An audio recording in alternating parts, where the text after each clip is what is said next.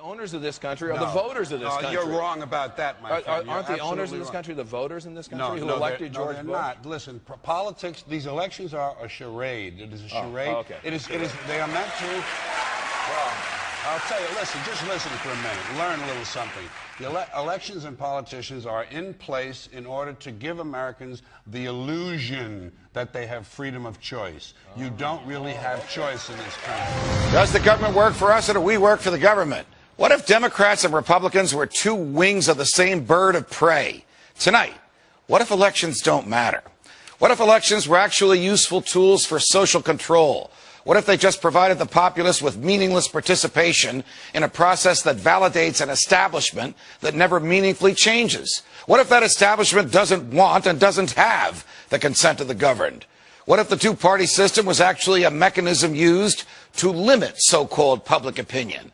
What if there were more than two sides to every issue, but the two parties wanted to box you into a corner, one of their corners? What if there's no such thing as public opinion, because every thinking person has opinions that are uniquely his own? What if what we call public opinion was just a manufactured narrative that makes it easier to convince people that if their views are different, then there's something wrong with that, or there's something wrong with them? What if the whole purpose of the Democratic and Republican parties was not to expand voters' choices, but to limit them? What if the widely perceived differences between the two parties was just an illusion? What if the heart of the government policy remains the same no matter who's in the White House? What if the heart of government policy remains the same no matter what the people want? What if those vaunted differences between Democrat and Republican were actually just minor disagreements? What if both parties just want power and are willing to have young people fight meaningless wars in order to enhance that power? What if both parties continue to fight the war on drugs just to give bureaucrats and cops bigger budgets and more jobs? What if government policies didn't change when government leaders did? What if no matter who won an election, government stayed the same? What if government was really a revolving door for political hacks bent on exploiting the people once they're in charge? What if both parties supported welfare, war, debt, bailouts, and big government? What if the rhetoric that candidates displayed on the campaign trail was dumped after electoral victory? What if Barack Obama campaigned as an anti-war, pro-civil liberties candidate and then waged senseless wars while assaulting your rights that the Constitution is supposed to protect? What if George W. Bush campaigned on a platform of non-intervention and small government and then waged a foreign policy of muscular military intervention and a domestic policy of vast government borrowing and growth? What if Bill Clinton declared that the era of big government was over, but actually just convinced Republicans like Newt Gingrich that they can get what they want out of big government too? What if the Republicans went along with it? What if Ronald Reagan spent 6 years running for president, promising to shrink the government, but then the government grew while he was in the White House? What if, notwithstanding Reagan's ideas and cheerfulness and libertarian rhetoric, there really was no Reagan revolution at all? What if all this is happening again? What if Rick Santorum is being embraced by voters who want small government, even though Senator Santorum voted for the Patriot Act, for an expansion of Medicare, and for raising the debt ceiling by trillions of dollars? What if Mitt Romney is being embraced by voters who want anyone but Barack Obama, but they don't realize that Mitt Romney might as well be Barack Obama on everything from warfare to welfare? What if Ron Paul is being ignored by the media, not because, as it claims, he's unappealing or unelectable, but because he doesn't fit into the pre-manufactured public opinion mold used by the establishment to pigeonhole the electorate and create the so-called narrative that drives media coverage of elections? What if the biggest difference between most candidates was not substance, but style? What if those stylistic differences were packaged as substantive ones to reinforce the illusion of a difference between Democrats and Republicans? What if Mitt Romney wins and ends up continuing most of the same policies that Barack Obama promoted? What if Barack Obama's policies, too, are merely extensions of those from George W. Bush? What if a government that manipulated us could be fired? What if a government that lacked the true and knowing consent of the governed could be dismissed? What if it were possible to have a real game changer? What if we need a Ron Paul to preserve and protect our freedoms from the government? What if we can make elections matter again? What if we could do something about this? Don't need a formal conspiracy when interests converge. These people went to the same universities and fraternities. They're on the same boards of directors. They're in the same country clubs. They have like interests. They don't need to call a meeting. They know what's good for them, and they're getting it. And there used to be 7 oil companies. There are now 3. It will soon be 2. The things that matter in this country have been reduced in choice. There are 2 political parties. There are a handful of insurance companies. There are about 6 or 7 information thing. But if you want a bagel, there are 23 flavors because you have the illusion. You have the illusion of choice. Right. You don't get the real important choice. There's no freedom of choice. That's a great point. It's been a long time coming. But tonight, change has come to America. I will promise you this, that if we have not gotten our troops out by the time I am president, it is the first thing I will do. I will get our troops home. We will bring an end to this war. You can take that to the bank. That's why I have a plan that will bring our combat troops home by March of 2008.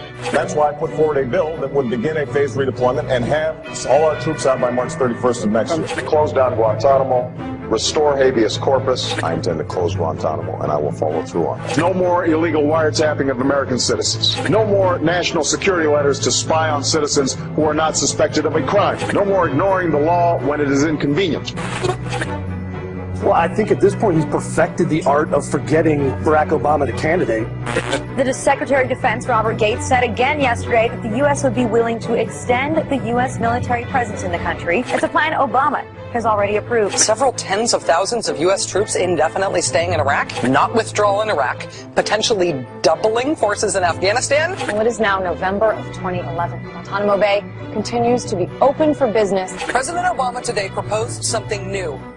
Something called prolonged detention, indefinite detention without trial. That's what this is. That's what President Obama proposed today. U.S. President Barack Obama has signed the defense bill. So the last thing the president did in 2011 was sign a bill that pretty much does away with due process. That would authorize him to use the military to arrest people in the United States, to keep them from a lawyer, to keep them from a judge, to keep them from a jury, to lock them up for as long as he wants. And he's even authorized the killing of a U.S. citizen. Tim Geithner has been picked as the next Treasury Secretary. Geithner's expected nomination was greeted with praise across Wall Street. Timothy Geithner appointed Mark Patterson, former top lobbyist for Goldman Sachs, as his chief of staff. Goldman Sachs was the largest domestic recipient of funds in this AIG counterparty arrangement. Joshua Bolton was actually the London office manager for Goldman Sachs. The chief of staff for Timothy Geithner today is someone from Goldman Sachs. Mr. Cash Carey, who's handling the TARP, he was from Goldman Sachs. I mean,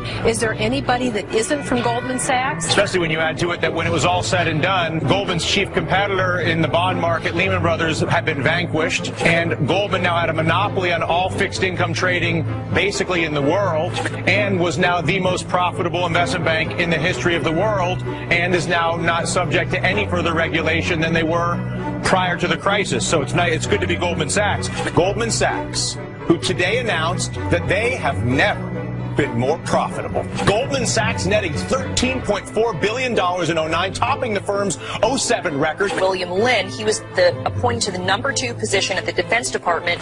William Lynn, also a former top lobbyist for Raytheon, one of the 5 largest defense contractors. Raytheon announced today that it has signed a $145 million contract. Raytheon has won a $68.6 million contract. Raytheon announced today it has been awarded a $107 million U.S. Air Force contract. Raytheon announced Monday that its subsidiary, Raytheon Technical Services, has won a U.S. Army Forces Command contract. Raytheon Company announced today it has received a $1.7 billion contract. You can take that to the bank. The policies that will get us working again as a nation are policies, I understand, having worked in the private sector. In the first 4 years, this will grow the economy at approximately 4% per year for each of those 4 years. It will add 11.5 million new jobs for Americans. Number 1 on my list, Obamacare. I'll get rid of that on day 1. I will cut, cap, and balance the federal budget. We're going to immediately cut all federal spending by 5%. I will insist on the military so powerful no one would ever think of challenging it. Never seen a guy change his positions on so many things so fast. on a dime. I was asked about the Massachusetts plan. Was it something I'd impose on the nation? And the answer is absolutely not. How do you ensure the 45 or 50 million Americans who are not on the books? Well, that's what we did in Massachusetts, and that is we put together an exchange, and the president's copying that idea. I'm glad to hear that. This is really taking what the Democrats have talked about, a Democratic goal that we share, which is getting everybody insured. Everybody should have insurance. This is something that was crafted for Massachusetts. It would be wrong to adopt this as a nation. Those who follow the path that we pursue will find it's the best path, and we'll end up with a nation that's taken a mandate approach. Number one on my list, Obamacare. I'll get rid of that on day one. I will preserve and protect a woman's right to choose, and am devoted and dedicated to honoring my word in that regard. I was always personally opposed to abortion. I am pro-life. No, TARP was the right thing to do. I think there is need for economic stimulus. I have never supported the President's Recovery Act, all right, the stimulus. No time, nowhere, no how have I supported the President's stimulus. Pro-choice, pro-life, pro-gun control. Now he becomes a lifetime member of the NRA. He was pro-cap and trade. Now he's against cap and trade. He was pro-mandate for the whole country. Then he becomes anti-mandate and takes that page out of his book and republishes the book. And I can go on and on. The number one contributor to Barack Obama's super PAC is Goldman Sachs. The number one contributor to Mitt Romney's super PAC is Goldman Sachs. Mitt Romney stealing all of Barack Obama's big dollar Wall Street donors. A good chunk of his funds came from his buddies on Wall Street, like Goldman Sachs, Morgan Stanley, and Bank of America. Raytheon announced today that it has agreed to sell its commercial laundry equipment business to private investment firm Bain Capital. Massachusetts Governor Mitt Romney announced today that Raytheon has been awarded a $2.2 million contract. Money plays a much more important role in what is done in Washington than we believe. To get that kind of money, you've got to cozy up as an incumbent to all of the special interest groups who can go out and raise money for you from their members. And that kind of relationship has an influence on the way you're going to vote, You can take that to the bank. President Obama will turn this country around. Excuse me, President Romney. President Obama. President Romney.